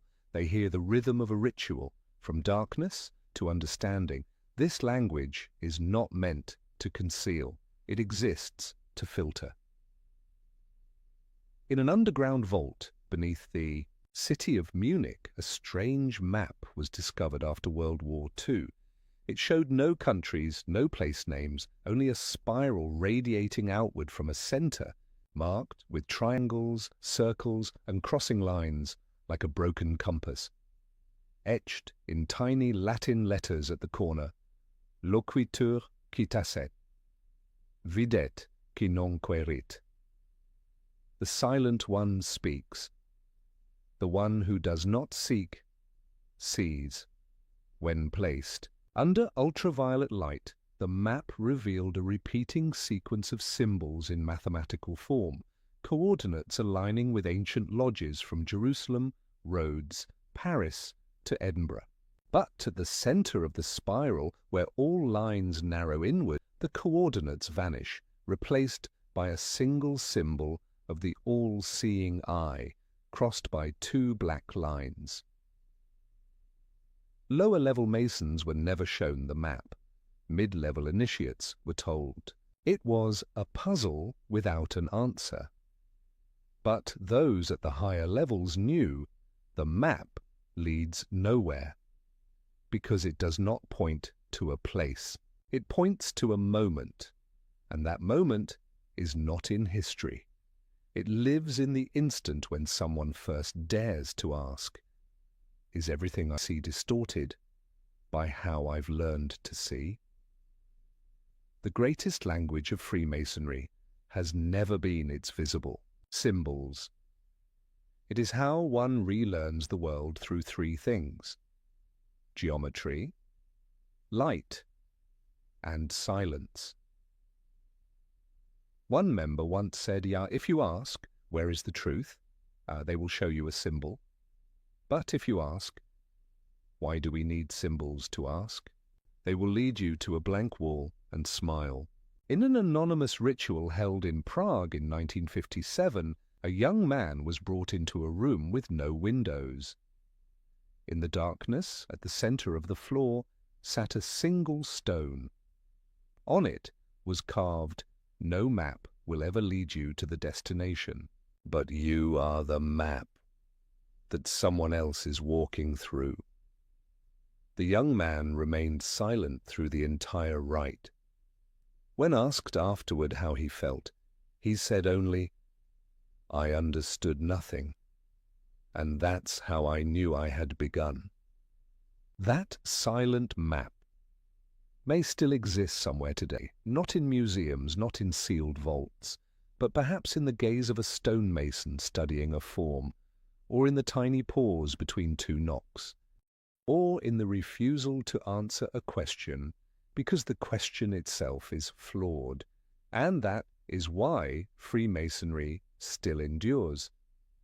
Through bans, burnings, exile, and centuries of silence. Because what they pass down is not words, it is the silence between the words. Official history keeps these three names apart: the Vatican, the Church, the Templars, the Warriors, the Freemasons, the secret society. But if we connect the timelines, cross-examine the symbols, and compare the rituals, a power triangle begins to emerge, one veiled by centuries of silence. This triangle isn't drawn on any map. It's etched into the very skin of Europe, from the stone temples of Languedoc to the holy cathedrals of Rome and the underground lodges of London, Lisbon, and Vienna. It all began in the 12th century with the Knights Templar, a military order born under the banner of holy war, but in truth the world's first mobile bank, a transnational intelligence network, and perhaps the last guardians of ancient secrets from Jerusalem. The Templars became too wealthy, too independent, too close to royal court, something the Vatican could no longer tolerate. In 1307, Pope Clement V, under pressure from the French king, ordered the mass arrest of all Templars in France. Hundreds were tortured, burned alive, and stripped of everything they owned. But not all were destroyed. A branch vanished into the shadows. Some fled across the sea to Scotland, a land outside the Vatican's grasp. And there, according to ancient records, they did not vanish. They transformed. Over 2 centuries later, the Freemasons emerged publicly in England and Scotland, not claiming to fight for God, but for light, for the perfection of architecture, and for sacred order. But if one looks closely, many of their rituals mirror those of the Templars: the steps, the oaths, the sword symbols, the all-seeing eye, and the letter G inside the compass. One document from Edinburgh's ancient lodge includes a passage known as the Oath of Shadows, which reads, "We, the sons of those who bore the white cross, no longer fight. We rebuild what has fallen." Many researchers believe this line refers to a silent restoration of Templar memory, reborn under a new form: Freemasonry. The Vatican understood this. That's why, from the very first moment Freemasonry emerged publicly, popes issued excommunication. Not because Freemasonry was heresy, but because it was living memory of those once burned by the Church itself. Thus the triangle took form: Templar, power, secrecy, sacredness, broken; Vatican, authority, divinity, control, Freemason; memory, resistance, and secrets that survived. But this triangle was never still. It moved, era by era. During the Renaissance, the Vatican needed Masonic architects to build its temples. Structures like St. Peter's Basilica, while Catholic in purpose, bear sacred geometry known only to Freemasonry. During the Enlightenment, Freemason thinkers like Voltaire and Diderot openly challenged the Church, not with swords, but with reason. In modern times, the P2 Lodge revealed an inverse infiltration: Masons influencing the Church from within, blurring, even reversing, the lines between them. And perhaps the deepest truth is this: Freemasonry never truly defeated the Vatican. The Vatican never erased the memory of the Templars. The Templars were never reborn. but they never truly died. This triangle remains a fragile equilibrium between divine authority, rebellious intellect, buried memory. The world stays balanced. Only when these three vertices do not meet at once, but if, one day, all three lines converge at the exact center, then human history may be rewritten, not with a pen, but with a symbol. There is a little-known concept within Freemasonry: the silent keepers. They are not grand masters, they hold no voting power. But during the most sacred rituals, when high-ranking members recite ancient oaths, it is they who stand quietly in the background, saying nothing, doing nothing, only watching. Some old texts write, "The one who knows the most in the lodge is the one least spoken of." History does not record them, but traces remain. In 1896, in a remote village in Switzerland, a stone room was discovered after an avalanche. Inside, a wooden table, 4 chairs facing inward, and an engraved symbol, an inverted triangle with 3 small circles. This symbol appears in no official Masonic texts, but beneath it in Latin was the inscription, "We do not teach, we keep." Researchers believe this was a micro-lodge, a rare kind of lodge not built to grow, but to preserve lost or forbidden knowledge. Such lodges have no permanent headquarters. Their keepers live under everyday disguises: a gardener, a copyist, a cemetery keeper. They do not train in rhetoric, they train in disappearance. A declassified MI5 report from World War II released in 2003 described a nameless courier who appeared in 3 countries, always leaving behind scraps of parchment written in ancient Masonic code, foretelling air raids or coup attempts with startling accuracy. The figure was never caught, no fingerprints, no DNA, only known by an internal name, the Last Builder. In the 1960s, a French researcher named Jacques Perrin began a journey to trace forgotten lodges. He wandered through abandoned monasteries, ancient graveyards, and subterranean warehouses. In 1971, he published a single book, Those Who Do Not Exist. It documented 12 confirmed cases of Masons who lived their entire lives in secrecy, never revealing their identities. A month after its release, Jacques vanished. No sign of foul play, no farewell letter. Only his personal notebook mailed to his sister, with one final line: "If I disappear, know that I knocked on the right door, but why are such silent guardians necessary?" The answer lies in the true nature of high Masonic knowledge. It cannot be written, it cannot be spoken. It exists only in the deepest personal experience. And once revealed, it becomes distorted, weaponized, or worse, commodified. That is why the role of the silent keepers is not to guard knowledge like treasure. It is to guard knowledge from us. Today, they may still exist. In a quiet library no one visits, in an old print shop that hasn't sold a page in years, in a village where an old man carves wood daily, yet sells nothing. No one knows who they are, but if one day you happen to see someone wearing a ring, a square inside an inverted triangle, and when you ask, they simply smile and say, "I'm just the one who keeps the last door." In that moment, perhaps, you will have met one of the final keepers of silence. Among the thousands of symbols carved into buildings, seals, coins, and flags around the world, there is one that has never shut its eye, not for over 2 centuries, the Eye of Providence. Often dismissed as mystical, spiritual, or a conspiracy emblem, it still stands unwavering. At the top of the unfinished pyramid on the US $1 bill, just beneath the Latin phrase Annuit Keptis, Novus Ordo Seclorum. But the real question isn't what the eye is, it's why it was placed at the heart of the most powerful nation in the world, in an official context.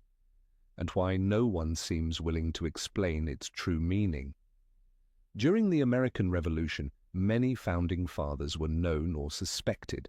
Freemasons, George Washington, Benjamin Franklin, John Hancock, Paul Revere. But even more enduring than their names was the structure they helped build, a legal system rooted in Enlightenment philosophy, ancient Greco-Roman architecture, and Masonic ritual. When the U.S. Constitution was ratified, many foundational laws were written in a three-tier format, mirroring the Masonic degrees: entered apprentice, fellow craft, master mason. Laws were commonly structured in three parts: principle, application, and interpretation, just like the three symbolic walls of a lodge. Why three? Because in Freemasonry, three is sacred, representing wisdom, strength, and beauty, the pillars that uphold the universe, and a law that lacks one of these isn't a law at all, it's just control. But the influence didn't stop in America. In France, the Revolution of 1789 didn't just topple monarchy, it shattered the spiritual monopoly of the church. Inside the shadowed corners of Parisian lodges, men like Voltaire, Lafayette, and even reformist bishops exchanged symbols, manuscripts, and coded letters to envision a new rule of law, one based not on divinity, but on humanity. And, once again, the eye returned. This time, it was painted atop the 1789 Declaration of the Rights of Man and of the Citizen, hanging inside the French National Assembly. At the center, among the articles of law, the all-seeing eye radiated from above. It did not belong to God, it did not belong to the king, it belonged to the people, those who had finally opened their eyes. And yet, despite its immense influence, Freemasonry never claimed credit for these laws. They etched no names into marble, they left no obvious symbols, except a few architectural cues, but the eye has always been there, unblinking, unfading, unspoken. In South America, revolutionary leader Simón Bolívar, who helped liberate multiple nations from colonial rule, was also a known Freemason. In his speeches, he often used phrases echoing Masonic ideas: spiritual architecture, a fellowship unafraid of truth, a world built not by violence, but by thought. Bolívar's monument in Venezuela, when seen from above, is shaped like a traditional lodge layout, three converging lines pointing to a blank circle at the center. But at sunset, the sun casts its light through a narrow slit in the stone, illuminating a hidden inscription on the floor: Lex Lux Veritas, law, light, truth. But light, like law, is fragile. It can be bent, distorted, weaponized. The eye sees all, but it does not intervene. It simply reminds us. Even the fairest law without spiritual awakening is just paper. That is why Freemasons have never claimed to write history. They build the tunnel, so truth has a path. They light the lamp, so those with courage may see the way.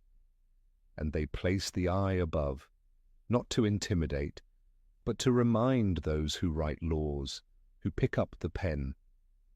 There is something watching, not to judge, but to whisper that what they do can change the course of the world.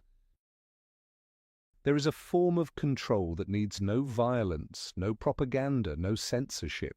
It simply makes people unable to remember what was ever real. The modern world is built on data, from social media, digital maps, browsing history, to medical records. What we read, watch, believe is all stored and sorted by invisible algorithms. But strangely, the more we store, the weaker our collective memory becomes. No one is truly sure anymore what really happened. Information is edited, ranked, recommended, and finally forgotten. This was something that high-ranking Freemasons foresaw as early as the 18th century. A member named Giuseppe Galletti once wrote in a secret letter to the Paris Lodge, "It is not fire that destroys truth. It is the endless stream of things that look like truth." Inside the private archives of the Grand Lodge of London there exists a strange document titled The Architecture of Natural Silence. Written in archaic English, it describes a model of the world built not on belief or law, but on intentional forgetting. Every symbol, it says, is not made to be remembered, but to mark what will soon be replaced.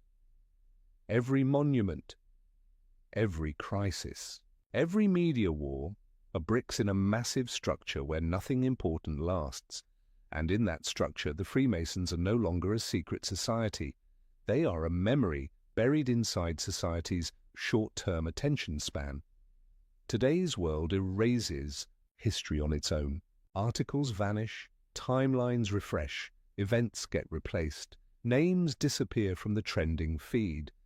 There is no need to burn books anymore. We have simply stopped remembering. There is no censor, no dictator.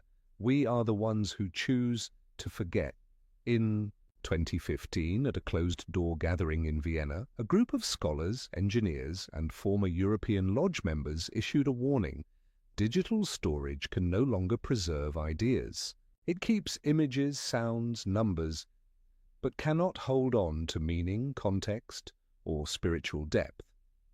One of the speakers, a former keeper of symbols, quietly said during a private conversation after the event, "Sacred symbols were once built to resist time. Now they decorate social media posts, and so they do not die, they are digested." Freemasons once survived popes, kings, and wars because they lived in spoken memory, ritual, and slowness. But now, in a world programmed for instant consumption and instant forgetting, the craft has no place. Because no one remembers how to learn slowly, understand deeply, or remain silent long enough. A world designed to forget needs no ruler. It only needs more, faster, and emptier. And in that world, the eye still remains. But no one looks up anymore, because our eyes are too busy scrolling down. The question is no longer who controls us, but rather, does anyone even remember that there was once something worth controlling? Some names are carved into stone, some events are written into textbooks, some organizations are labeled powerful, criminal, or heroic, but the Freemasons never called themselves any of these. They left behind no declarations of victory, no celebrations for what they helped build, and most of all, they never signed their names on the final result, because they never needed to win. They only needed to keep building. From the ancient stonemasons of Europe to the persecuted knights of Jerusalem to the silent thinkers hidden in underground lodges in Paris to the revolutionaries drafting constitutions in Philadelphia, they all shared one thing in common. None of them demanded to be remembered. They asked for only one thing: let truth not die when we are gone. Today, the world looks at Freemasonry through 1,000 lenses: conspiracies, secret influence, hidden politics, superstitious symbols. But few ever pause to ask, if they were truly so powerful, why are they so silent? Why don't they appear in moments of celebration? Why don't they claim fame, position, or glory?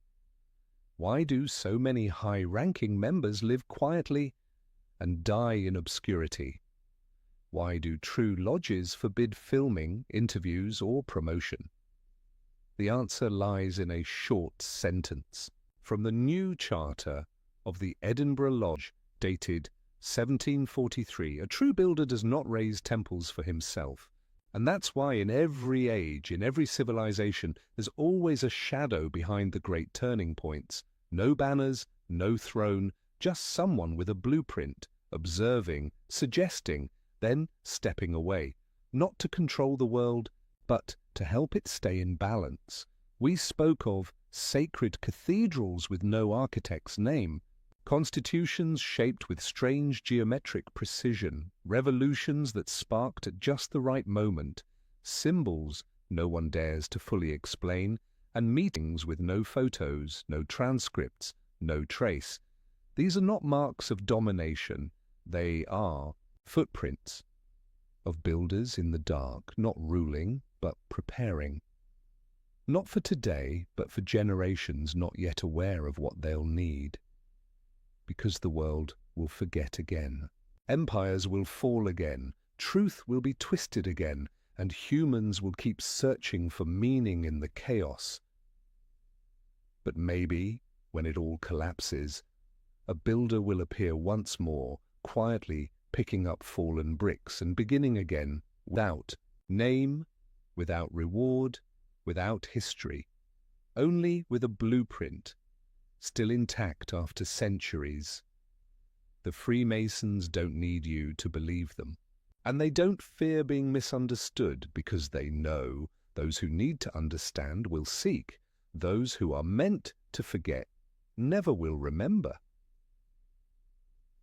But if one day you find yourself standing in ruins and notice a faint compass symbol carved in stone, know this: you were not the first to come here, and if you choose to build again, you will not be the last.